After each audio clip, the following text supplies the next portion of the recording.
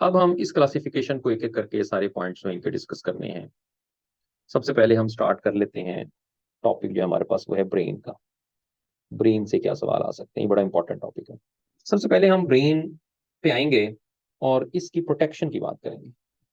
Brain जो है उसको प्रोटेक्ट जो है वो किस तरह से किया जाता है, यहाँ से सवाल पेपर में आ सकता है प्रोटेक्शन का। प्रोटेक्शन में इसमें 3 टाइप्स ऑफ मेनिंजेस होते हैं।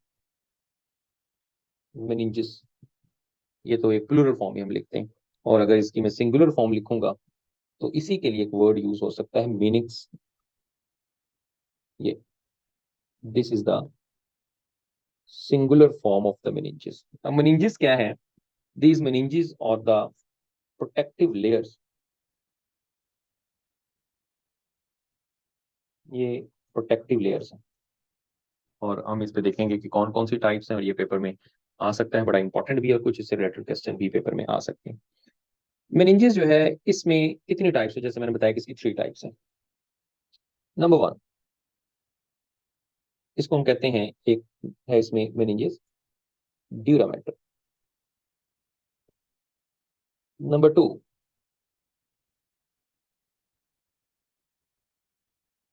Arachnoid matter. नंबर 3,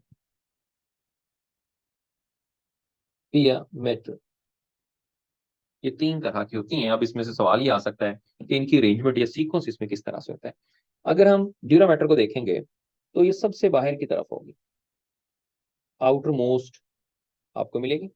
रेक्नॉइड जो है ये मिडिल है, और पिया मैटर जो है ये इनर मोस्ट होती है, सबसे अंदर की तरफ जो है वो प्रेजेंट होती है। इनकी एक तो सीक्वेंस आपने जो है वो याद रखना है। अब कुछ सवाल पेपर में आ जाते हैं इससे रिलेटेड, अगर इनकी लोकेशन की हम बात करें।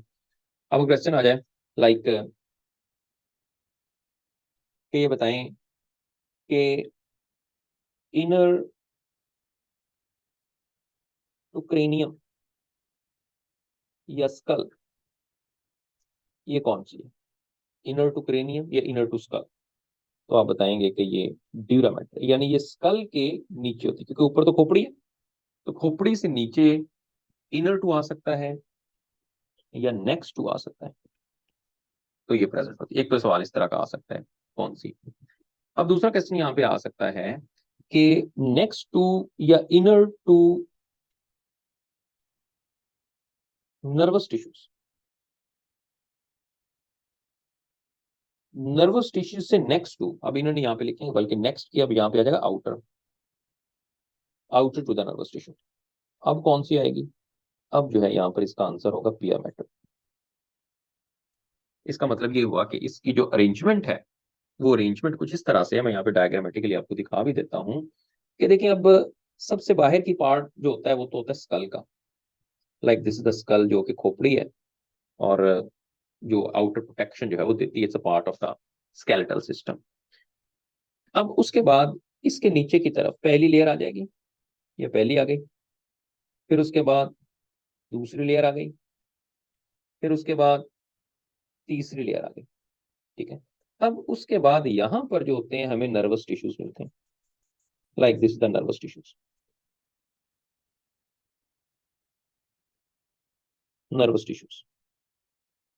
अब इनकी अरेंजमेंट आप देख लें, स्कल के नीचे की तरफ ये है ड्यूरा मैटर, और नर्वस टिश्यूज के बाहर की तरफ दैट इज द पिया मैटर, और इन दोनों के दरमियान में ये इन बिटवीन जो आ जाएगी, ये आ जाएगी arachnoid matter.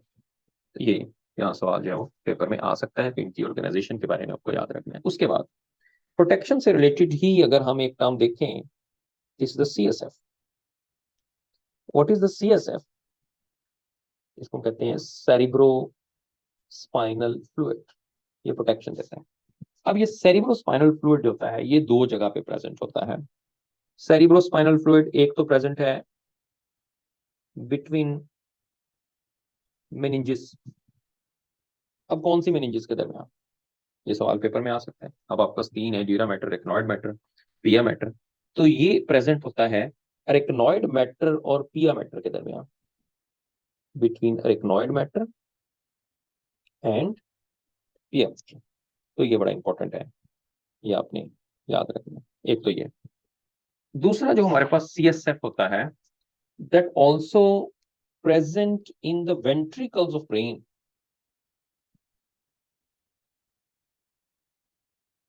Ventricles of brain, ये भी याद रखना, ये भी बड़ा important point. Ventricles of brain के अंदर प्रेजेंट। अब ये ब्रेन में कौन से वेंट्रिकल होते हैं? अब आपको वेंट्रिकल इन हार्ट तो आपने पढ़ा है, लेकिन ब्रेन में भी वेंट्रिकल होते हैं। और ब्रेन के अंदर जो वेंट्रिकल होते हैं वो 4 तरह के वेंट्रिकल होते हैं, यहाँ याद रखना है। यहाँ मैं लिख देता हूँ,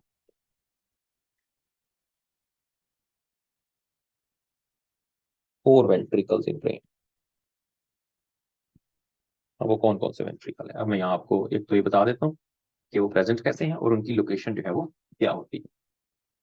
4 वेंट्रिकल में फर्स्ट एंड सेकेंड वेंट्रिकल, पहले 2, इनके लिए हम बात करते हैं these are the lateral ventricles.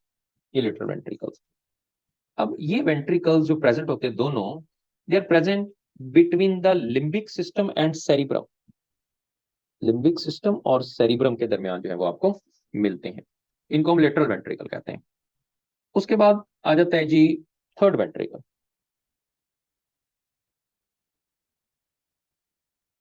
Third ventricle ये कहां पे होगा?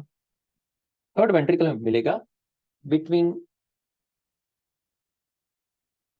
Limbic system and thalamus. ये ऐसे ही सवाल आने, एज इट इज मैं वो बता रहा हूँ जिस तरह की स्टेटमेंट आ सकती है कि ये वेंट्रिकल जो है वो कहां पर प्रेजेंट होता है। उसके बाद आ जाता है फोर्थ वेंट्रिकल, क्योंकि मैंने बताया कि 4 वेंट्रिकल है, तो फोर्थ वेंट्रिकल जो प्रेजेंट है that is present in brain stem. ये टर्म मैंने यूज की ब्रेन स्टेम की। अब ब्रेन स्टेम के अंदर क्या होता है? ब्रेन स्टेम में हमारे पास जो पार्ट प्रेजेंट है वो कौन कौन से हैं? इसमें मिड ब्रेन भी ब्रेन स्टेम का पार्ट होता है, प्लस पोन्स एंड मिड्यूला। इन तीनों को मिला के हम ब्रेन स्टेम यूज करते हैं। फोर्थ वेंट्रिकल जो होता है वो ब्रेन स्टेम के अंदर प्रेजेंट। तो वेंट्रिकल की position this is very important, और ये आपने इसको लाजमी अच्छे से जो है वो लर्न कर लेना है। अब जो ब्रेन होता है, ह्यूमन ब्रेन, उसमें मेनली 3 पार्ट्स होते हैं। ये आप कहते हैं कि 3, आगे फर्दर डिवीजन तो और बहुत सी है, लेकिन मेन पार्ट्स हैं वो 3 होते हैं। तो ब्रेन में आपको एक मिलता है फोर ब्रेन, एक आपको मिलता है मिड ब्रेन, और एक जो है उसको हम कहते हैं हाइंड ब्रेन। अब मैं यहाँ एक चीज 2 चीजें आपको बताने लगा हूँ, आगे क्लासिफिकेशन इनके नेम्स हैं प्लस इसमें इनके फंक्शंस हैं, वो सारे के सारे आपने याद कर लेने हैं। लेकिन एक डायग्रामेटिकली मैं यहाँ शो कर रहा हूँ तो ताकि आपको उसमें पता चल जाए कि ब्रेन का पार्ट जो है वो किस तरह से प्रेजेंट होते हैं। यहाँ मैं एक डायग्राम बना रहा हूँ, उसको गौर से आपने देखना है।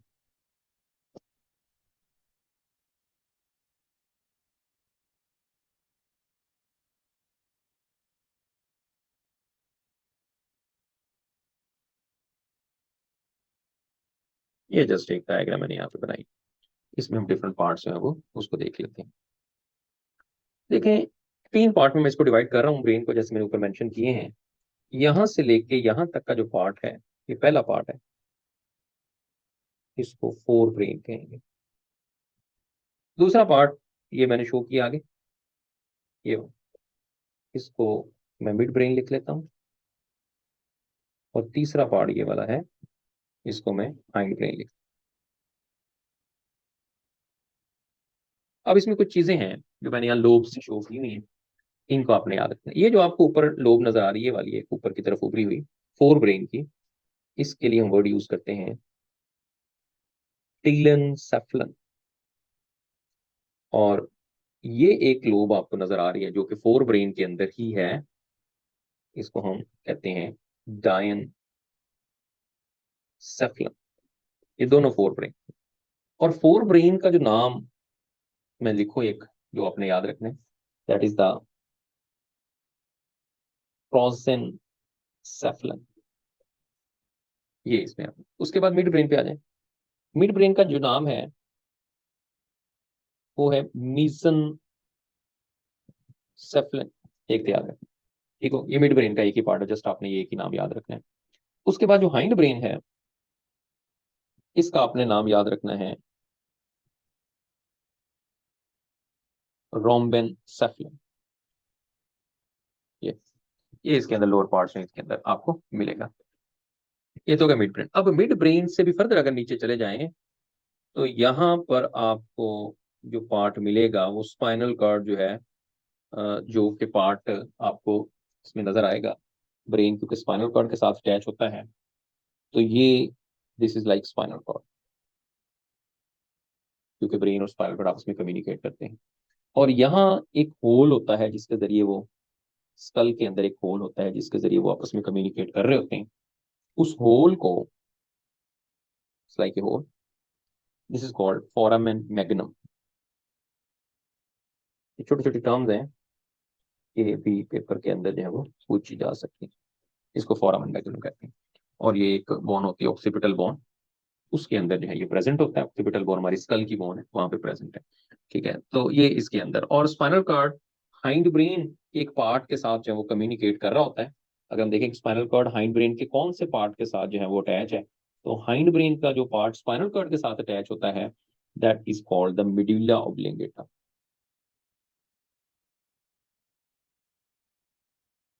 इसको मिडिल ऑफ लेंगे। अच्छा, ये जो वर्ड बारह सेफ्लन जो वर्ड होता है ना, ये वर्ड होता ही ब्रेन के लिए यूज है, ये याद रखना है। तो वर्ड सेफ्लन यूज हो रहा है, that is used for the brain. एक तो ये चीज है। अब यहां से सवाल किस तरह से आता है, देखिए क्वेश्चन ऐसे आ सकता है। मैं यहाँ पर एमसीक्यू लिख देता हूँ ताकि आपको अंदाजा हो जाए कि आपने ये कैसे लर्न करना है। मैं सवाल लिखता हूँ, which of following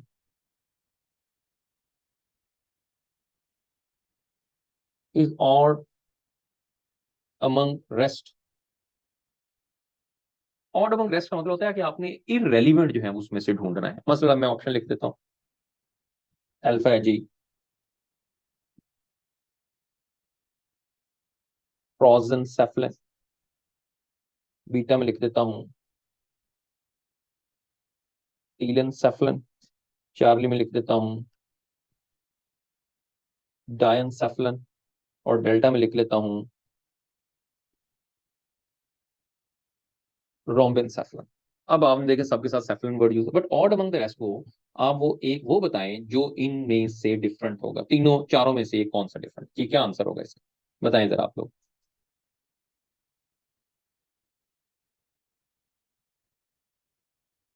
delta correct है, यस कासिम सही कह रहे हैं।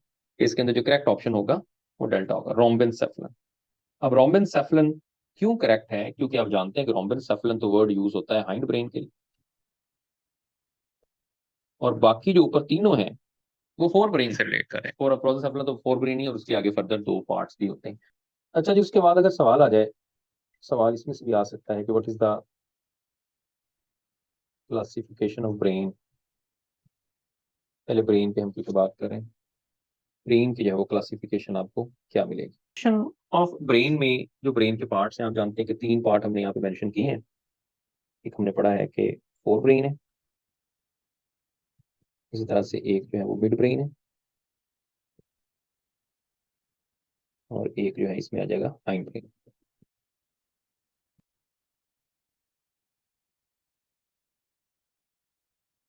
फोर ब्रेन के आगे डिफरेंट आपको पार्ट्स मिलते हैं।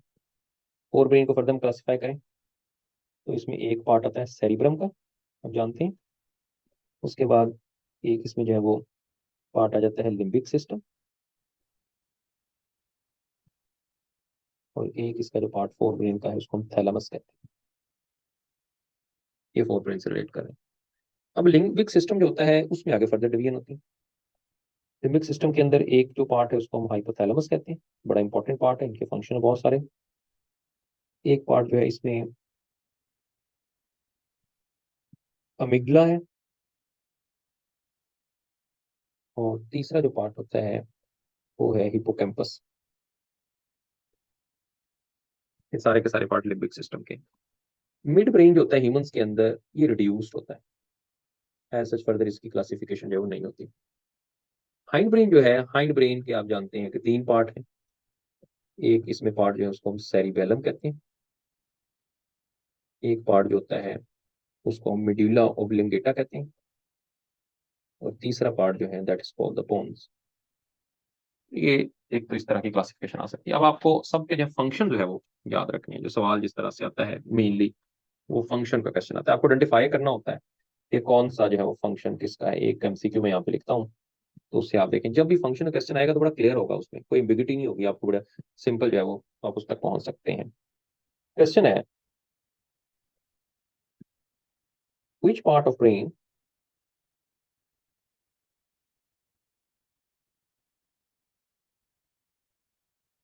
associated with, अब मैं फंक्शन को लिख रहा हूँ, sight, speech, smell, hearing, thinking, reasoning and judgement. अब ये, अब इससे आपने उस पार्ट तक पहुंचना है कि जिसका वो फंक्शन है वो पूछ रहा है। लाइक ऑप्शन मैं आपको दे देता हूँ कि अल्फा ऑप्शन जो है इसमें सेरिब्रम है, बीटा जो है वो सेरिबेलम है, चार्ली जो है वो पोन्स है, और डेल्टा जो है दैट इज द मिडिल ऑब्लिंग। तो कौन सा इसके अंदर जो करेक्ट है? अब देखें यहां से आप इसके फंक्शन देख के आइडेंटिफाई कर लेंगे। सवाल इसी तरह का आना है कि आपको बड़ा क्लियरली उनके फंक्शन जो है वो बताने हैं। तो इसमें जो करेक्ट ऑप्शन है वो सेरिब्रम होता है, जो कि इन तमाम चीजों से रिलेट करता है। फिर सेरिब्रम से रिलेटेड फर्दर क्वेश्चन आ जाए, लाइक हम देखते हैं कि ये एक सबसे बड़ा पार्ट भी है, लार्जेस्ट पार्ट ऑफ ब्रेन, और जो सेरिबेलम होता है ये सेकंड लार्जेस्ट पार्ट होता है। तो इस तरह के सवाल जो कि इंपॉर्टेंट है वो भी आपने इसमें याद रखने हैं। और इसमें जो कि लार्जेस्ट पार्ट है, फिर उसमें जो सबसे इंपॉर्टेंट पार्ट है वो जो कि सबसे बड़ा भी है वो है सेरिब्रल कॉर्टेक्स। सेरिब्रल कॉर्टेक्स, और ये बहुत ज्यादा इनफोल्डिंग्स की फॉर्म में प्रेजेंट होता है, जो कि उसके सरफेस एरिया को जो है वो इंक्रीज करता है। इनफोल्डिंग्स कह सकते हैं, ये वर्ड जो है वो हम कन्वोल्यूशन जो है वो इसके लिए यूज करते हैं। हाईली कन्वोल्यूटेड पार्ट होता है और इनफोल्डिंग्स की फॉर्म में हमें यहाँ पर मिलता है।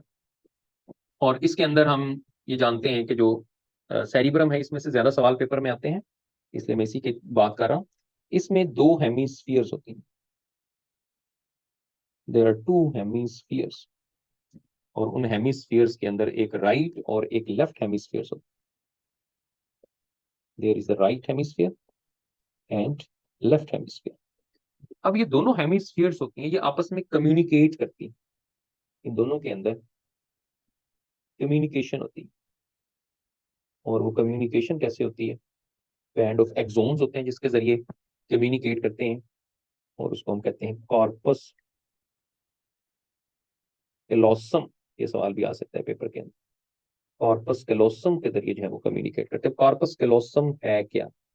जैसे मैंने आपको बताया कि this is actually the bands of exons जो कि ब्रेन के अंदर प्रेजेंट होता है। तो ये वाला क्वेश्चन जो है ये भी इसके अंदर बड़ा इंपॉर्टेंट है, और ये पेपर में आ सकता है। अब इसमें जो हेमिस्फीयर्स होती हैं, इसी के साथ अगर हम बात करें, इससे ही रिलेटेड कुछ एक दो पॉइंट मैं आपको बता दूं कि इसमें हेमिस्फीयर्स में फोर सरफेस लोब भी होती हैं।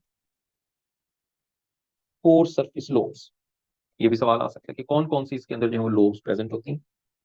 इसमें चार लोब्स हैं, उनके नाम क्या हैं? उसमें एक जो है वो, उसको हम कहते हैं फ्रंटल लोब। दूसरी जो होती है उसमें, उसको हम प्राइटल लोब कहते हैं।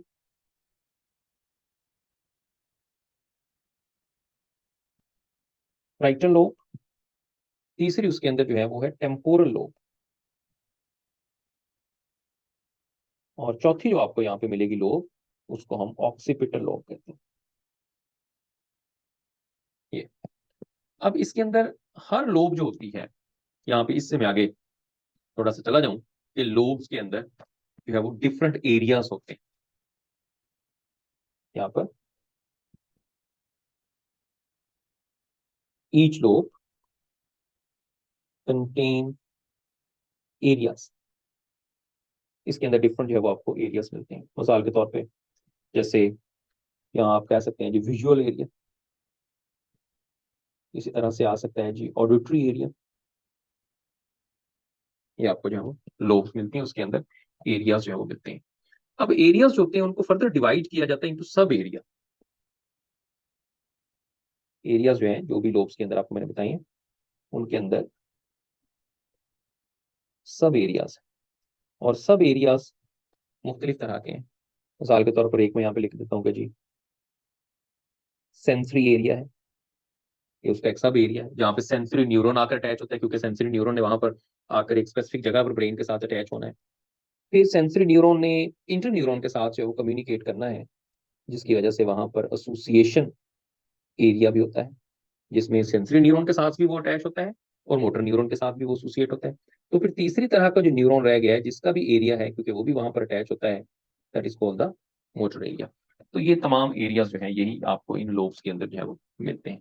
तो सेरिब्रम जो है it's a very important part, और इससे रिलेटेड जो है एक तो इसके फंक्शन क्या है वो मैंने आपको लिख दिया होगा कि ये फंक्शन परफॉर्म करता है, और साथ जो है वो आपने इनके एरियाज जो है वो याद रख लेने। इसके अलावा जितने भी वॉलंटरी एक्शंस होते हैं, जैसे यहाँ हमने ऊपर ये सारे फंक्शन लिखे हैं, ओवरऑल हम इनको लिख सकते हैं कि ये वॉलंटरी एक्शंस को भी साथ साथ कंट्रोल करता है। सेरिब्रम यहाँ लिख देता हूँ कि जितने भी वॉलंटरी एक्शंस हैं जो हमारे अपने कंट्रोल में होते हैं, that is also controlled by the cerebrum. जी, उसके बाद फर्दर अगले पार्ट पे हम आ जाते हैं। That part is called the thalamus, which is also the part of the fore brain. ये भी फोर ब्रेन का ही पार्ट है, बड़ा इंपॉर्टेंट पार्ट है। इसकी लोकेशन कहाँ पर है? That is present below the cerebrum. अगर ये पूछ लिया जाए, इस सेरिब्रम के जो है वो नीचे प्रेजेंट होते हैं। इसी तरह के सवाल इसमें से आने। ये तमाम के तमाम जो सेंसरी इनपुट्स है उनको रिसीव करता है। ऑल द सेंसरी इम्पल्स, सवाए स्मेल के, उसके लिए अलग से ऑल्फैक्टरी एरिया होता है जो कि वहां पर रिसीव करता है। और ये इनको रिसीव करके सेंसरी इम्पल्सिस को जो इसको मिलती हैं, तो इनको वो किस तरफ भेजेगा? ये इसको भेजेगा टूवर्ड्स लिम्बिक सिस्टम। ये सवाल आ सकता है कि यहाँ से इसने इसको लिम्बिक सिस्टम की तरफ जो है वो भेजना है।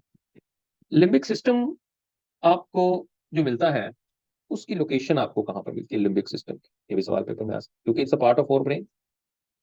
तो लिम्बिक सिस्टम ये थैलेमस के दोनों तरफ प्रेजेंट होता है, आइदर साइड ऑफ थैलेमस। ये वो सवाल है जो पेपर के अंदर जो है वो पूछे जा सकते हैं। इस तरह के क्वेश्चन जो है वो आपने इसमें याद रखने। अच्छा, उसके बाद अब हम आ जाते हैं अलहदा से, क्योंकि लिम्बिक सिस्टम हमारे पास प्रेजेंट है और उसमें जो डिफरेंट पार्ट्स हैं वो कौन कौन से। जैसे मैंने आपको बताया कि लिम्बिक सिस्टम हमारे पास तीन पार्ट है। एक इसके अंदर बहुत इंपॉर्टेंट पार्ट जिसको हम हाइपोथैलेमस कहते हैं, इसके हम फंक्शन देखते हैं। दूसरा इसके अंदर जो ऊपर हमने क्लासिफिकेशन के अंदर लिखा भी था, अमिगडाला। और तीसरा जो पार्ट इसके अंदर है, that part is the hippocampus. Functions of brain में से क्वेश्चन जो आने हैं बड़े इंपॉर्टेंट है, और ये कई दफा सवाल पेपर के अंदर आए हैं। आपको बड़े क्लियरली सारे के सारे फंक्शंस है वो याद रखने।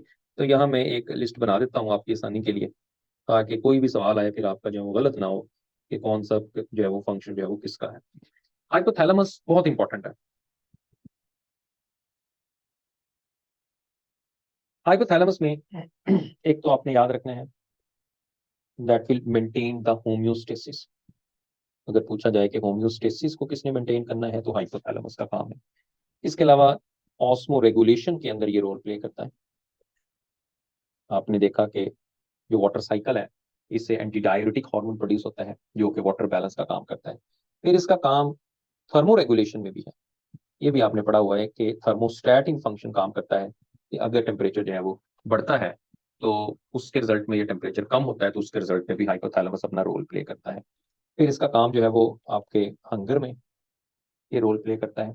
इसका बहुत इंपॉर्टेंट फंक्शन जो है वो मेंस्ट्रुअल साइकिल के अंदर भी होता है, यहाँ पर भी रोल प्ले करता है। इसके अलावा स्पेसिफिकली जब बॉडी हमने देखा था कि फाइट एंड फ्लाइट के अंदर होती है, इमरजेंसी स्टेट के अंदर होती है, तो उस दौरान भी हाइपोथैलेमस जो है ये अपना रोल प्ले करता है। हाइपोथैलेमस के यहाँ पे रोल की बात करें, बड़े इंपॉर्टेंट फंक्शन है इसके। इसके अलावा हाइपोथैलेमस का रोल इवन जो बायोरिदम्स होती हैं, जितनी भी बायोलॉजिकल रिदम है, उसके अंदर भी ये रोल प्ले करता है। फिर सेक्सुअल बिहेवियर में भी इसका रोल है, ये भी इंपॉर्टेंट है इसके अंदर। फिर आप जानते हैं कि बहुत सी हार्मोनल प्रोडक्शन जो है उसके अंदर भी रोल प्ले करता है। स्पेसिफिकली हार्मोन, जैसे मैंने आपको भी बताया कि एक एंटी डायूरेटिक हार्मोन और ऑक्सीटोसिन, ये दोनों ऐसे हार्मोन हैं जो कि हाइपोथैलेमस जो है वो प्रोड्यूस करता है, यहाँ पर भी इसका रोल होता है। फिर हाइपोथैलेमस जो है बहुत सारे इनहिबिटरी और रिलीजिंग फैक्टर जो है वो प्रोड्यूस करता है। रिलीजिंग एंड इनहिबिटरी फैक्टर्स कह सकते हैं, या इवन इनके लिए वर्ड भी हार्मोन्स भी यूज किया जा सकता है कि वो भी ये प्रोड्यूस करता है। तो हम देखें, there are list of the functions जो कि आपको हाइपोथैलेमस के मिलेंगे, और इसमें कोई भी अगर पूछा जाए तो आपने इसमें ये बता देना कि ये रोल प्ले करता है हाइपोथैलेमस। जी, अमिगडला पे हमारे, और इसके हमने फंक्शन देखने। एक तो आपने ये याद रखना है कि ये पेयर होता है, टू होते हैं, और ये आलमंड शेप स्ट्रक्चर की फॉर्म में प्रेजेंट होते हैं, क्या आप कह सकते हैं आलमंड शेप मैसेज होते हैं न्यूरॉन्स के on either side of the thalamus. ये थैलेमस के दोनों तरफ में वो प्रेजेंट होते हैं, तो आलमंड शेप ये सवाल पेपर के अंदर आ सकता है। अब इसमें कौन कौन से फंक्शन है ये परफॉर्म करते हैं? ये इमोशंस को कंट्रोल करते हैं, मेनली सवाल अगर पेपर के अंदर आता है। फिर ये प्लेयर को खुशी वगैरह की कंडीशन, गम की कंडीशन या पनिशमेंट के अंदर भी ये इन्वॉल्व होते हैं। फिर लव में, फिर हेट के अंदर, एंगर के अंदर, फियर में, रीच के अंदर, रेजिस के अंदर, गुस्से में, इनका जो वो रोल होता है। और इसके साथ साथ जो है वो जो सेक्सुअल अरोयल है उसके अंदर भी ये रोल प्ले करते हैं। तो ये आपको सारे के सारे जो फंक्शन है वो इसके मिलेंगे, जो कि अमिगडाला है।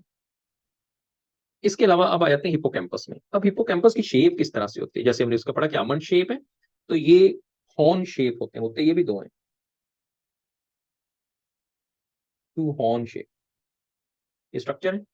और that curved back from amygdala, ये इनकी एक्चुअली लोकेशन में यहाँ पे लिख दी है। अगर ये सवाल आ जाए कि कहाँ पर है, किस तरह से प्रेजेंट है, ये आपने इसमें बता देना। अब इसमें जो फंक्शन है वो बहुत ज्यादा लिस्ट ऑफ फंक्शन नहीं है।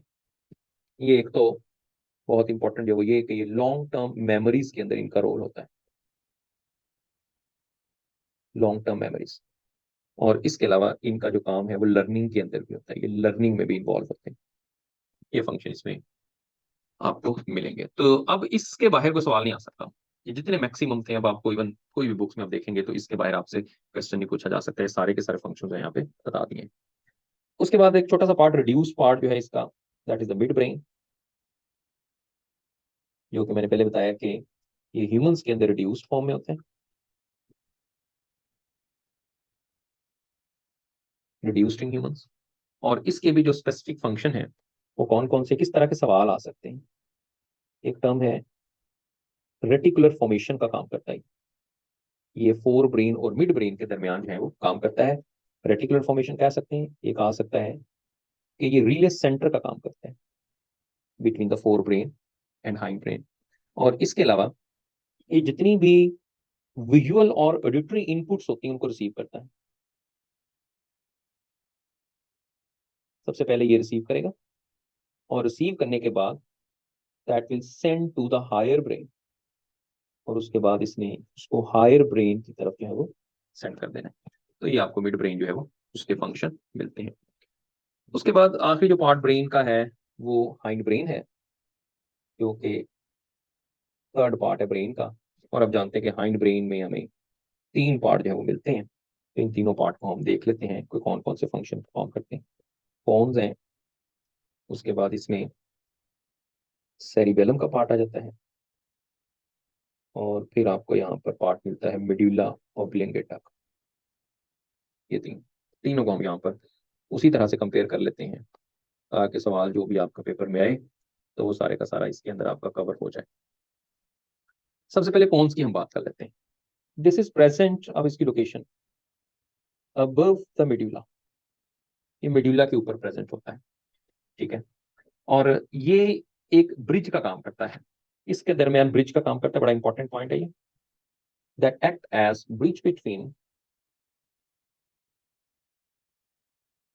सेरिबेलम, क्योंकि आप जानते हैं कि हमारे पास पार्ट है जो इससे अगला हमने जब वो पढ़ना है, इसके अलावा मेडुला एंड सेरिब्रम जो कि फोर ब्रेन का पार्ट है, उनके दरमियान ये एक ब्रिज करता है। जो भी इंफॉर्मेशन आनी है, क्योंकि इसने आगे ट्रांसमिट करनी है तो इसके पास आएंगे, फिर ये आगे जो है वो ट्रांसमिट करेगा। एक तो ये बड़ा इंपॉर्टेंट फंक्शन है इसका। दूसरा, अगर हम इसकी बात करें तो जो पॉन्स हैं that control rate and pattern of breathing, breathing का जो पैटर्न है या उसका जो रेट है उसको कंट्रोल करने के अंदर भी ये काम करता है। इसके अलावा another function of the pons that act as a transition between sleep and wake cycle,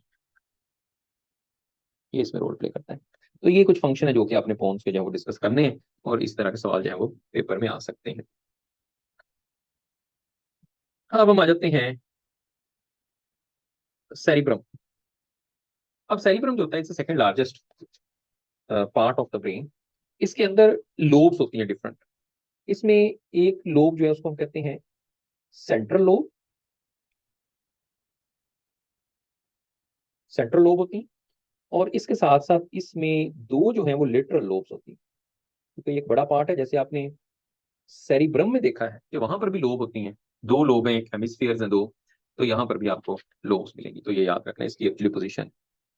अब इसमें अगर हम सेरिब्रम को देखेंगे, एक सवाल ये भी आ सकता है कि this part is best developed in birds, birds के अंदर ये बहुत ज्यादा डिवेल्प है, क्योंकि इसका जो काम होता है वो बॉडी की पोजीशन को मेंटेन करना होता है। अगर मैं यहाँ देखूं कि क्योंकि बर्ड्स ने फ्लाई करना है, तो बाकी बर्ड्स के अंदर भी और हमारी बॉडी के अंदर भी ये जो बॉडी की एक्यूरेट पोजीशन है वो इसने मेंटेन करनी है। मोशन जो होता है, मूवमेंट होती है बॉडी की, उसके अंदर भी आप जानते हैं बैलेंसिंग चाहिए होती है, तो उसके अंदर ये रोल प्ले करता है। या आप सिंपली आपसे पूछा जा सकता है कि बैलेंसिंग के अंदर जो रोल होता है वो भी आपको इसका मिलता है। और डिफरेंट एक्टिविटीज जो है वो जब हम परफॉर्म करते हैं तो उसके अंदर सेरिब्रम रोल प्ले करता है। फॉर एग्जाम्पल, अगर आप बाइसिकल चला रहे हैं, बाइसिकल राइड है, उसमें भी रोल प्ले करता है। फिर अगर आप भाग रहे हैं, आप जानते हैं इसमें भी हाई डिग्री ऑफ कोऑर्डिनेशन या बैलेंसिंग की जरूरत होती है, तो इसके अंदर भी रोल का प्ले करता है ये। और इसके अलावा डेलिकेट वर्क विद हैंड, अगर आप हाथ से कोई काम कर रहे हैं और बहुत डेलिकेट वर्क है तो उसके अंदर भी ये रोल प्ले करता है। मिसाल के तौर पर अब एक बंदा है वो मोबाइल ठीक करता है, तो मोबाइल के अंदर आप देखते हैं कि वो छोटी छोटी चीजें हैं, छोटे छोटे जो वहाँ पे चिप्स हैं, उनको उन्हें देखना है, सेट करना है, तो वहां भी उसकी बहुत ज्यादा बॉडी की कोऑर्डिनेशन चाहिए होगी, तो उसके अंदर भी सेरिबेलम जो है उसका बहुत ज्यादा रोल होता है, तो ये याद रखना है आपने। इसके अलावा एक फंक्शन इसका लर्निंग में भी है, और लर्निंग के अंदर भी रोल प्ले करता है। और मेमोरी फॉर्मेशन, या हम सिंपली ये कह सकते हैं कि मेमोरी फॉर बिहेवियर, इसके अंदर जो है ये आपको मिलेगा, जो कि इंपॉर्टेंट है बिहेवियर में जो मेमोरीज बनती है, तो ये इसके जो है आपको फंक्शन देते हैं। उसके बाद आ जाता है जी मेडुला का पार्ट। तीनों पार्ट हैं, तीनों के फंक्शन मैंने आपको बता दिए। जितने भी हमारी बॉडी के अंदर जो बेसिक फिनोमिना हैं, वेरी बेसिक फिनोमिना, वो मेडुला ऑब्लिंगेटा ने कंट्रोल करने। मिसाल के तौर पे हार्ट बीट है, उसके अंदर इसका रोल है। ब्रीदिंग के अंदर ये रोल प्ले करता है। ये स्वेलिंग के अंदर रोल प्ले करता है। ये आप देखें कि जितनी भी एक्टिविटीज हैं ये हमारे अपने कंट्रोल में नहीं होती, तो सिंपली हम ये कह सकते हैं कि जो इनवॉलंटरी एक्शंस होते हैं उनके अंदर मेडुला ऑब्लिंगेटा का रोल होता है। Involuntary action because they are not in our control. इसी तरह से कुछ और इन्वॉलंटरी एक्शन भी है, जैसा कि कफ है, इसके अंदर भी इसका रोल है, या स्नीजिंग को आप ले लें, इसके अंदर भी मिडिल ऑब्लिंगेटा का रोल होता है, या सिंपली आप देखें कि जो वॉमिटिंग की कंडीशन होती है उसमें भी जो रोल है वो मिडिला ऑब्लिंगेटा का होता है।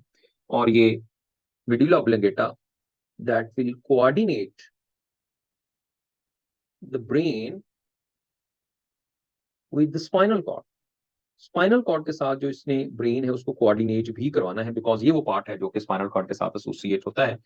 तो ये आपको यहाँ पर फंक्शन मिलेगा, क्योंकि इसने स्पाइनल कॉर्ड के आपस में, स्पाइनल कॉर्ड का हमारे नेक्स्ट टॉपिक पढ़ेंगे तो वहां पर भी इसकी जो बात करेंगे। तो ये मैंने बड़ी डिटेल के साथ आपको ब्रेन के फंक्शन है वो बता दिए हैं, और बहुत इंपॉर्टेंट टॉपिक भी है, तो इनको आपने अच्छे से वो लर्न कर लेना है। ये वो चीजें हैं जो एग्जाम के अंदर आनी है, ठीक है। बुक पढ़ेंगे तो आपको बुक के अंदर भी ये चीजें मिलेंगी, कुछ नहीं मिलेंगी तो आपने वहाँ ऐड कर लेने, या इनको अच्छे से लर्न कर लेना। तो मेरी कोशिश ये है कि आपको हर चीज को बता दी जाए जो पेपर में आपके आ सकती है। हाँ, ये होता है समटाइम कि उसमें आपको कॉन्सेप्ट बनाना पड़ता है, थोड़ी सी स्टेटमेंट चेंज करके वो जरूर पूछता है। हो सकता है कि एमसीक्यू इस तरह का डायरेक्ट ना आए, लेकिन जो कॉन्सेप्ट होगा वो वही होगा। अब अगर इससे रिलेटेड कोई क्वेश्चन है किसी के माइंड में